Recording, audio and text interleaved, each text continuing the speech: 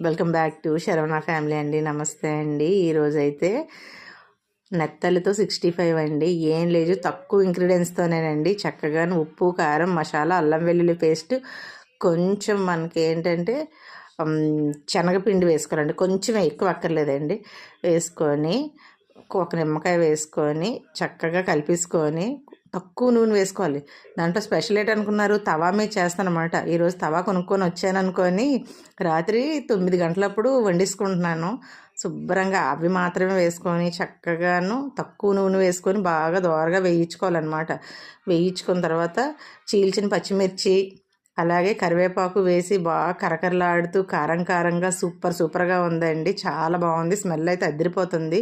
అలాగే శరవణ ఫ్యామిలీకి ఆదరిస్తున్న వాళ్ళందరికీ ప్రతి ఒక్కరికి ధన్యవాదాలండి. ఇంకొంచెం సపోర్ట్ చేస్తారని మనస్ఫూర్తిగా కోరుకుంటూ మీ ముందుకైతే వస్తున్నానండి. ఇంకా ముందు మరి